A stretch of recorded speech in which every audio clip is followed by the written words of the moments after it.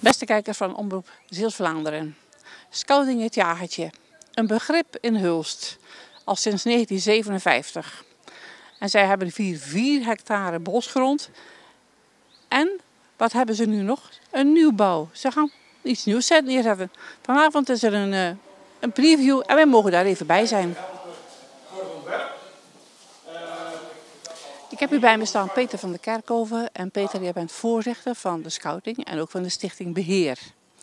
Peter, een oude pand dat gesloopt moest worden. Nou, wat doet dat met je?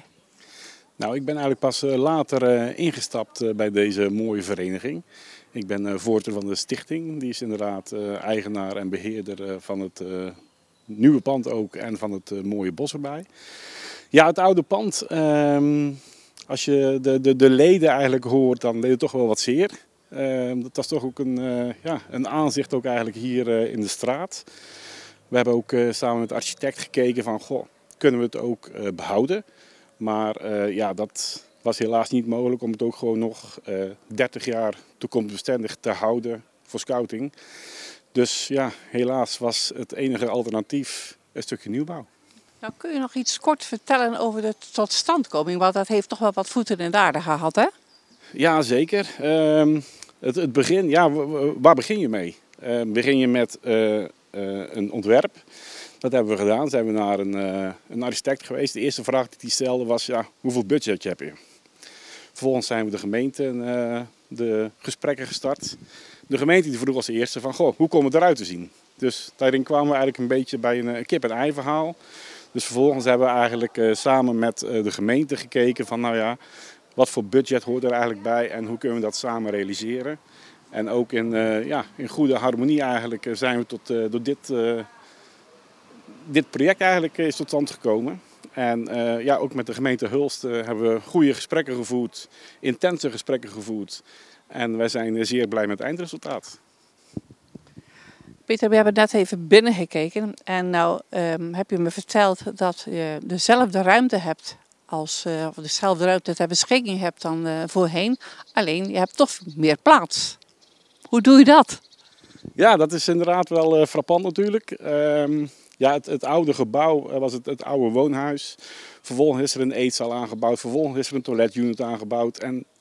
Enzovoort, enzovoort. Nu hebben we gewoon van een nieuwe plattegrond. En alle leden hebben mee mogen praten hoe de indeling van het nieuwe gebouw eruit komt te zien. Vervolgens hebben we het eigenlijk ideaal kunnen inrichten. Dus alle ruimtes sluiten mooi op elkaar aan. De bar zat aan de voorkant, maar die gaat nu naar de achterkant. We kunnen ook een mooi terras maken richting onze kampvuurcirkel. En zodoende hebben we het eigenlijk op een ideale manier, en daar wil ik ook bij zeggen, samen met alle leden mooi kunnen vormgeven. Efficiënt dus. Zeker. Verloopt alles volgens planning? Ja, de planning loopt inderdaad goed. Wat ik ook net zei, eerste week juli levert de aannemer het gebouw op. Maar vervolgens wacht ons ook nog het nodige werk binnen. Met de nodige afwerking, lokalen die ingericht moeten worden. Er moet nog veel geschilderd worden. Het buitenterrein, er moet nog terrassen worden gelegd. En ook de gevel moet nog aangekleed worden. Wanneer denk je het pand in echte gebruik te nemen? Nou, we gaan eigenlijk een soort van proef draaien eigenlijk wanneer het nieuwe scoutingsseizoen begint. Dat is de eerste week van het nieuwe schooljaar. Dan kunnen we als scouting weer gebruik maken van ons nieuwe pand. Maar dan zal er nog wel wat werkzaamheden plaatsvinden, ja. En dat wordt vast nog wel feestelijk geopend, denk ik. Dat zijn we zeer zeker van plan. Daar hebben we ook iets moois in gedachten. Dat hou ik nog even voor me. Dat wil ik eerst geregeld hebben voordat we het ook naar buiten brengen. Maar we mikken op voorjaar 2026 dat we het ook officieel gaan openen. Oké. En dan zijn er nog acties die je gaat doen om toch nog de nodige centjes bij elkaar te krijgen? Want je hebt altijd geld tekort natuurlijk. Absoluut, absoluut.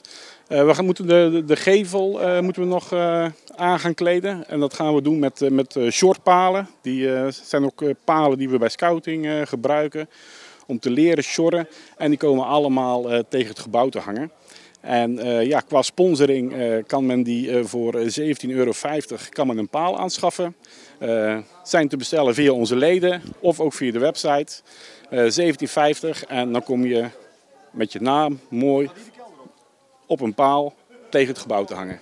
Maar ik wens je in ieder geval nog heel veel succes en hopen dat alles bekleed wordt met de palen. En tegen de tijd dat het open is, komen we zeker een keer terug om te kijken. Jullie zijn van harte welkom. Hoi, je bent lid van de Pivo's? Yes, klopt. En wat vind je ervan? Ja, kei leuk, kei gaaf. Heb je zelf ook mee mogen denken, mogen werken hieraan? Aan dit gebouw? Nee, ik ben opzichthouder. Oh, maar dat is ook een mooie klus, toch? Ja, zeker te weten. Oké. En wat verwacht je ervan? Van het nieuwe gebouw? Ja? Ja, ik vind het wel mooi. Ik vind het wel, ja, het is gewoon lekker groot. Veel ruimte voor ons, toch? Nou, oké. Nou, lekker gezellig. Ja, zeker. Gezelligheid het belangrijkste. Oké. Zeker ruime feestzaal. Oh, dat is belangrijk. Kijk. Oké, bedankt hè. Ja, is geen probleem. Dennis, we staan hier bij het nieuwe gebouw van de scouting. We mogen daar een preview zien, in ieder geval. Nou, hoe blij ben jij dat dat toch gerealiseerd is? Ja, ik ben heel blij voor de scouting dat dit gerealiseerd is. Scouting is natuurlijk een heel belangrijke organisatie voor al onze gemeenten. Er zitten heel veel kinderen die hier wekelijks naartoe komen. En die hebben ook een fatsoenlijke accommodatie nodig. En de oude accommodatie was echt op, was gewoon versleten. En ik ben blij dat we met z'n allen daar iets moois hebben kunnen neerzetten voor deze scoutinggroep. Niet alleen voor de scouting, denk ik, maar ook voor de gemeente Hulst, denk ik. Dat het toch wel belangrijk is dat die scouting hier blijft en ja, zeg maar op een mooie manier hier neergezet wordt.